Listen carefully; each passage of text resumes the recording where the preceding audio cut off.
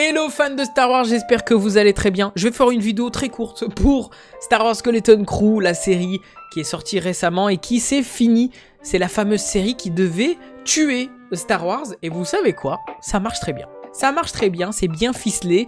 Pour moi, je pense que je suis comme beaucoup de personnes, je ne m'attendais à rien et je suis surpris. Je suis surpris de voir la qualité des personnages, de l'écriture, ça marche très bien. Bien sûr, on va faire comme d'habitude, n'hésitez surtout pas à lâcher votre follow, ça donne de la force, à liker, à partager cette vidéo et bien sûr, à commenter, à me dire ce que vous en pensez.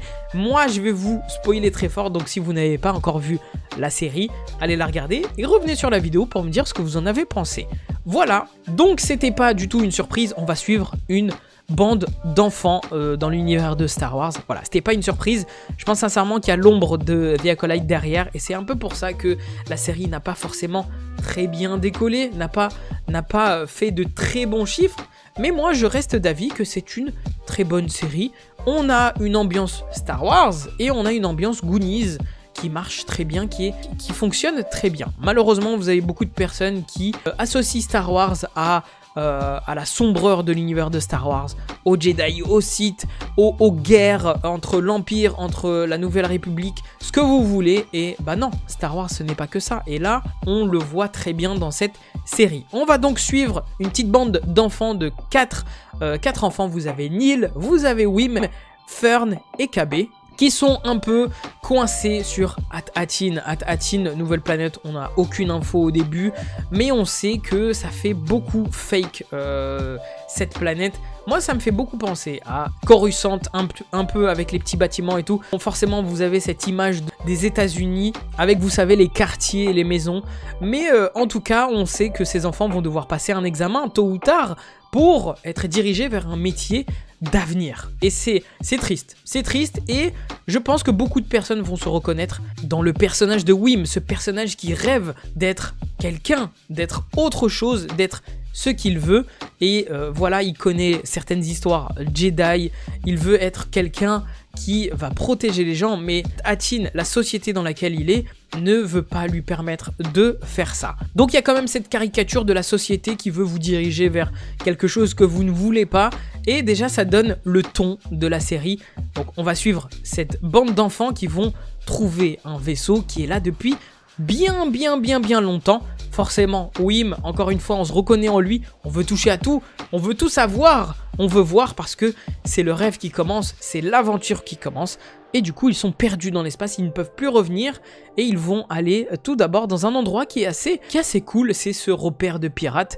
Donc, entre-temps, on va connaître un autre personnage, c'est le droïde SM-33 qui est là depuis un bon petit moment.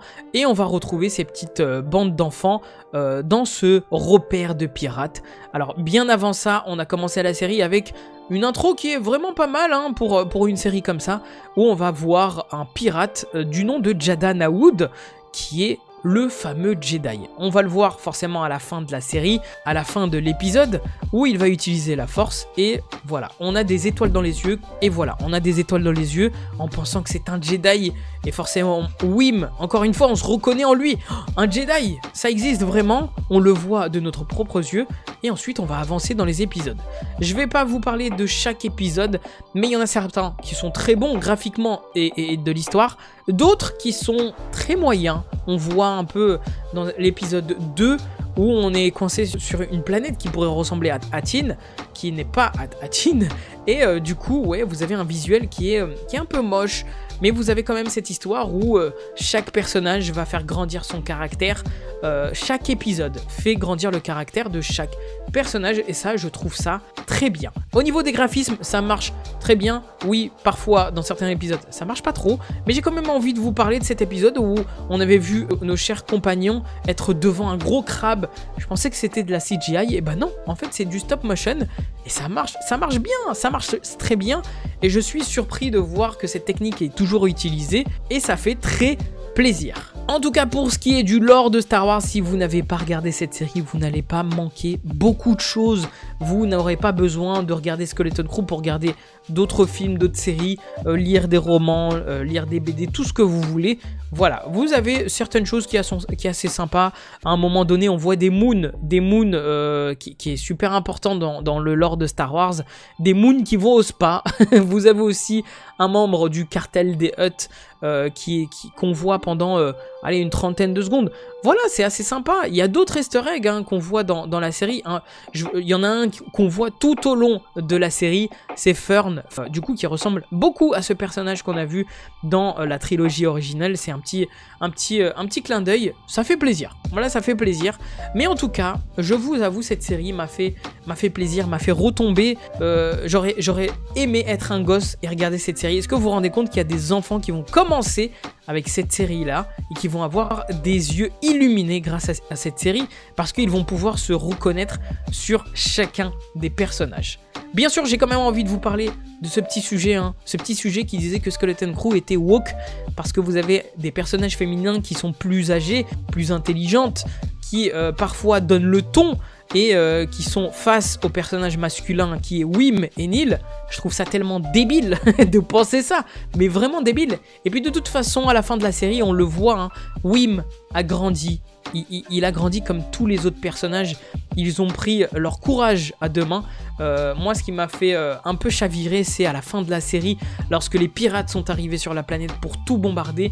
Et vous avez KB qui est voilà, on pensait qu'elle allait mourir. Est-ce que vous vous rendez compte? Et j'ai eu un énorme chagrin en pensant à ça. Et non. Et puis de toute façon, à la fin de la série, Jadana Wood, ce fameux Jedi qui nous a retourné le cerveau, et ben en fait, Wim nous a montré qu'il avait grandi, qu'il était resté humain, même après tout ce que Jadana Wood a fait, en lui disant de venir le rejoindre, parce qu'il avait perdu et pour le mettre en sécurité. Et j'adore cette scène où on voit Jadana Wood avec ce visage qui dit « Bravo les enfants, bravo les enfants, vous avez fait de très bonnes choses, ça a très bien marché, je suis fier de vous. » Et ça, je vous avoue, c'est très bon. Bon, malheureusement, il n'y en a pas beaucoup qui ont vu ça.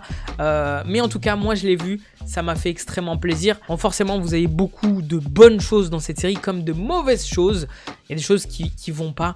Comme Jadana Wood, on a appris son passé très rapidement. C'est une lettre à la poste qu'il a envoyée en disant qu'il a été recueilli par une Jedi, qu'il a eu voilà, des entraînements basiques, et forcément qu'elle a disparu à cause des inquisiteurs de l'Ordre 66, et du coup qu'il est resté tout seul. J'aurais préféré un petit flashback, j'aurais préféré aussi une scène de fin où on puisse voir, je sais pas, les enfants qui ont grandi, qui font leur vie, ou un personnage iconique de Star Wars arrivé dans la série. Mais en tout cas, je tiens à le dire, cette série m'a plu énormément. C'est un gros rebond par rapport à Twilight, et je suis très malheureux de savoir que certaines personnes n'ont pas kiffé cette série, parce qu'ils pensaient voir des choses qui n'étaient absolument pas nécessaires dans cette série. Mais en tout cas, franchement, ça a bien marché. Et j'ai hâte de voir les prochaines séries Star Wars. Alors il y a la grande question, est-ce qu'il faut une saison 2 pour cette série? Je pense pas. Je pense que c'est très bien de finir là-dessus. Pourquoi pas faire une autre série dans un autre aspect avec la même ambiance? Pourquoi pas? Mais là, aujourd'hui, comment ça s'est fini? Comment ça s'est déroulé?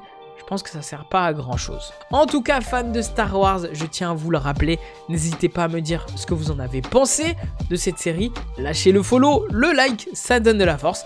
Et moi je vous dis à la prochaine et que la force soit avec vous.